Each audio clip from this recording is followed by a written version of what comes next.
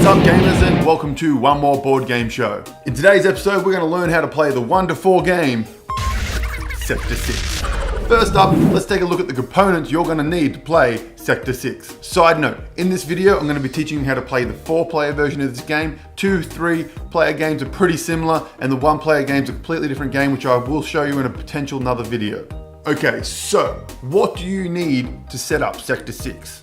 Well, you're going to need starting tiles, your team's miniatures. You're also going to need game tiles. There's 4 different types of those. You have 1 oxygen, 2 oxygen, 3 oxygen, and 4 oxygen. Then you're also going to need the corresponding oxygen tokens that match the symbols on those game tiles. So you've got the 1, the 2, the 3, and the 4. The number of tiles you're going to need varies depending on how many players you have. This little helpful chart will tell you how many tiles each player gets to create their own tile stack. In a 4-player game, we're going to have 2 tiles of each type. So 2 1s, 2 2s, 2 3s, and 2 4s per a player. Okay, so we have our components and we're ready to set up. As I mentioned, each player should have 2 tiles of each type. Players should take these tiles, put them together in a big pile and give them a good shuffle. Then you're going to place them in front of you. This is going to be your own personal draw pile for the tiles. These draw piles are what you're going to use to build the maze at the start of the game. Now you're going to decide the first player, do it however you want, paper, rock, scissors, whatever. Just make sure you get a first player.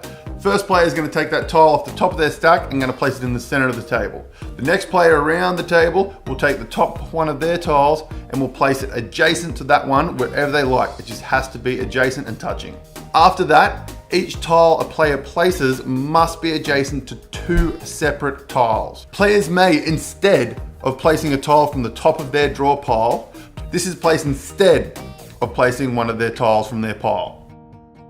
Players will continue doing this until all their draw pile and both their starting tiles have been placed on the board. The board should look something like this.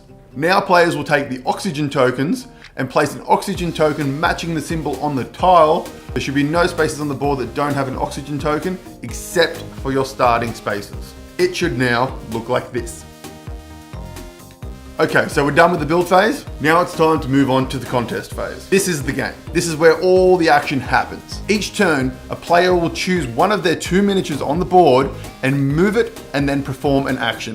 When moving, it's important to follow these rules for movement. 1, when moving, you may always move in a straight line as many spaces as you like. 2, you may not move through walls or spaces that do not have a tile. 3, you may not move or jump over any other miniature on the board. And finally 4, you may not end your movement on the same tile as another miniature. After you have moved your miniature, you may perform one of 2 actions on the tile you just vacated. You can either collect an oxygen token from the tile you just moved from, if one is available, or you may rotate the tile 60 degrees or 1 movement of the hex. If you rotate a tile and the gears of that tile are touching an adjacent tile's gears, then those tiles will also rotate. Only tiles touching the original tile that rotated will rotate. Rotated tiles do not cause other tiles to rotate. If at any point both your miniatures are stuck on tiles that you cannot move out of, then you get 2 free rotate actions.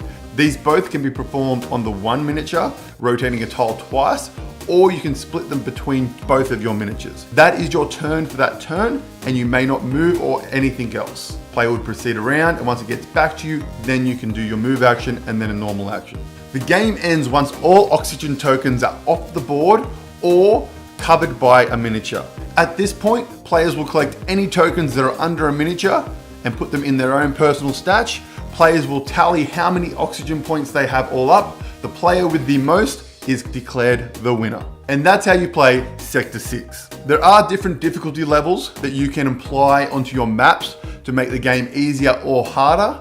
They are in the rulebook and I'll leave them for you to find out. The game also comes with predetermined maps such as these. They are in the visual guide of the game, and if you want to do those, you're more than welcome to as well. Thank you for watching this how to play video. I hope you liked it. If you did, make sure to subscribe to our channel, head to our Facebook page and like our Facebook page. Until next time guys, that is how you play Sector 6. Thanks for watching, and we will catch you next time on One More Board Game Show.